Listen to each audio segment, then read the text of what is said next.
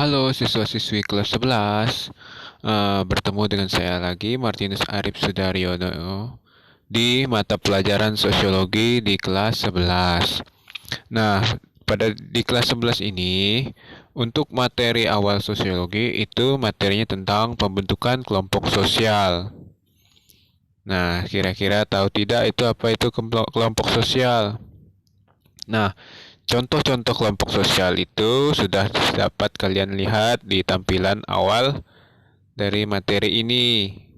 Jadi, lihat ada kumpulan orang sedang bermain bola, dan ada yang siswa-siswi yang sedang berdiskusi, dan sedang menggunakan meja pramuka, dan ada juga orang-orang dari profesi yang berbeda-beda.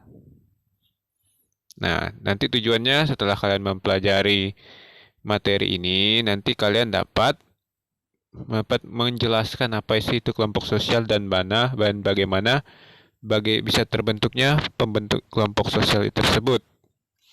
Baiklah anak-anak, kalian simak ya materinya. Nanti kalau di akhir video, jika ada yang kurang jelas, kalian boleh tanyakan kepada saya.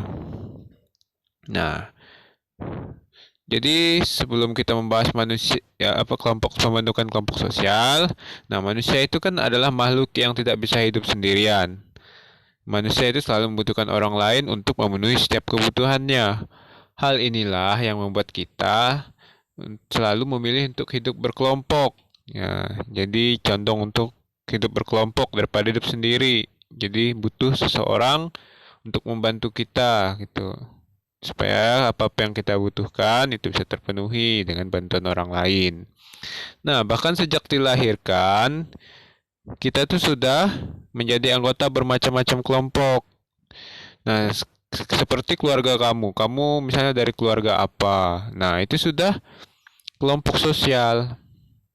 Anda menjadi warga salah satu umat beragama, suku bangsa atau kelompok etnik tertentu. Misalnya kalian mengidentifikasi bahwa diri kalian itu misalnya dari keluarga ini. Keluarga siapa sih kamu? Nah, itu kan sudah berarti kamu sudah termasuk dalam kelompok tersebut. Misalnya kamu agama apa katanya. Berarti kelompok sosial dari umat beragama ini misalnya. Kamu suku apa? Nah, itu berarti suku ini pengelompokannya.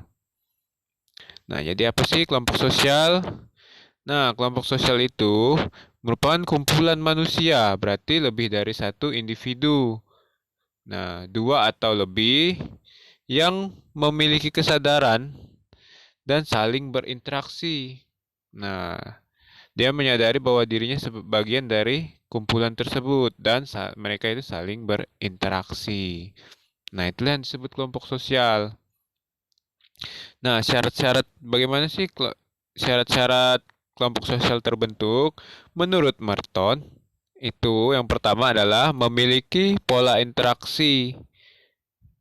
Apa itu memiliki pola interaksi? Jadi, interaksi yang dilakukan antar individu dalam suatu kelompok, dalam satu kumpulan itu terjadi secara berkelanjutan dan terus-menerus, continue.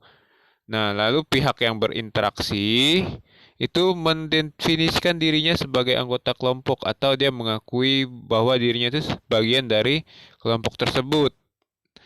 Lalu selain itu, pihak yang berinteraksi didefinisikan oleh orang lain sebagai anggota kelompok. Nah, orang lain juga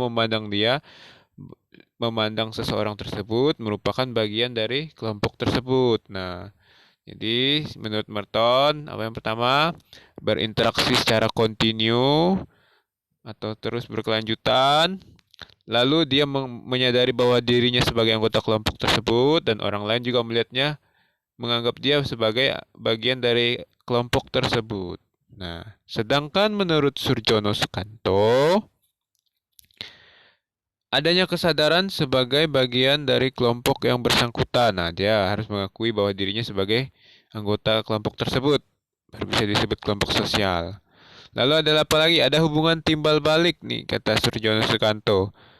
Ada hubungan timbal balik. Timbal balik itu adalah hubungan yang saling mempengaruhi antara kamu dan anggota lainnya. Itu disebut timbal balik. Lalu ada satu faktor pengikat yang dimiliki bersama oleh anggota-anggota kelompok sehingga hubungan mereka itu bertambah erat.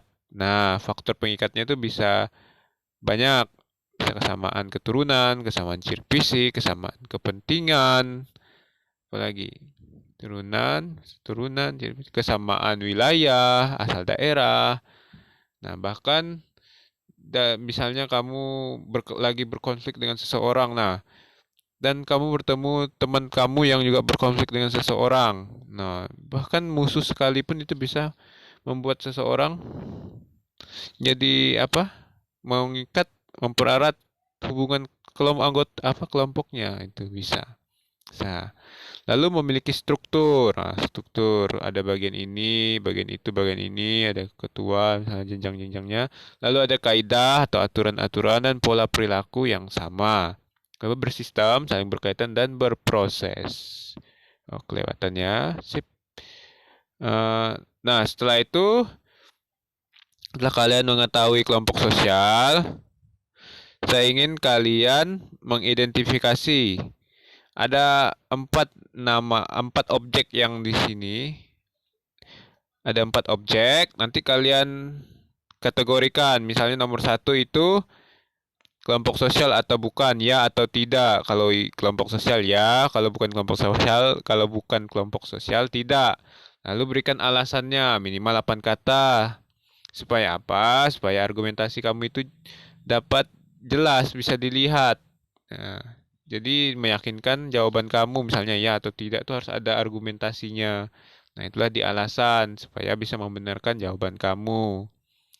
Nah, satu lagi materi, dasar pembentukan kelompok sosial. Nah, bisa karena kesamaan keturunan dan seperti di contoh. Ini contoh apa? Keluarga. Keluarga itu kelompok sosial unit terkecil. Nah, itu karena yang keluarga itu kelompok sosial pembentukannya atas dasar kesamaan keturunan. Nah, ada lagi atas dasar kesamaan ciri fisik seperti ras. Ada ras yang kulit putih, ras kulit hitam, ada yang ras yang memiliki rambut keriting, misalnya. Kesamaan ciri fisiknya pokoknya tinggi besar, sama-sama tinggi besar itu masuk kelompok apa misalnya. Yang hitam, keriting itu masuk kelompok apa misalnya gitu. Tapi tetap setara, hanya beda ciri fisik aja. Lalu ada yang atas dasar kesamaan kepentingan. Nah, misalnya kamu membuat kelompok karena memiliki kesamaan kepentingan. Misalnya kalian aja nih 10 kelas 11 IIS, berarti kalian punya kesamaan kepentingan dalam bersekolah di jurusan ilmu sosial, kan kelas 11 IIS. Seperti itu misalnya. Lalu banyak lagi kesamaan kepentingan lainnya, baik dalam kepentingan berolahraga, kepentingan bekerja, pokok kelompok yang dibentuk karena kepentingan yang sama. Dan yang terakhir itu kesamaan daerah asal. Misalnya, kalian membentuk kelompok itu dapat terbentuk karena memiliki daerah antar anggota itu memiliki daerah yang sama, asal yang sama membentuk kelompok.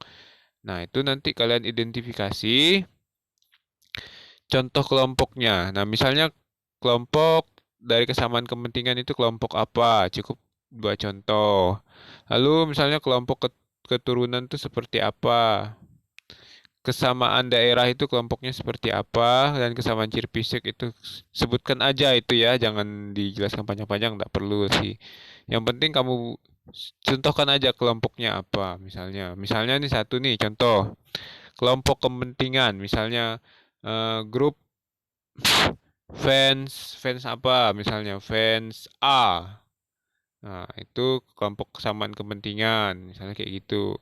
Berarti sama-sama fans dengan si A, dia membuat kelompok fans si A gitu misalnya. Nah, kalau sudah nanti boleh dikerjakan di buku saja atau di kertas. Nanti hasilnya tulis tangan ya. Jangan lupa tulis nama. Tuh, nulis nama. Supaya itu membuktikan bahwa kamu benar-benar mengerjakannya, bukan pekerjaan temannya. Jadi tulis nama di tempat kamu itu kerjakan itu. Lalu hasilnya nanti difoto dan foto juga ini, foto pengerjaan kamu juga, bukti bahwa kamu sudah mengerjakannya dan foto tugasnya juga. Kumpulkan di Google Classroom, ya. Oke, apa yang jadi ada yang mau ditanyakan, silahkan tanyakan. Kalau sudah memahami, boleh dikerjakan. Oke, sekian dan terima kasih.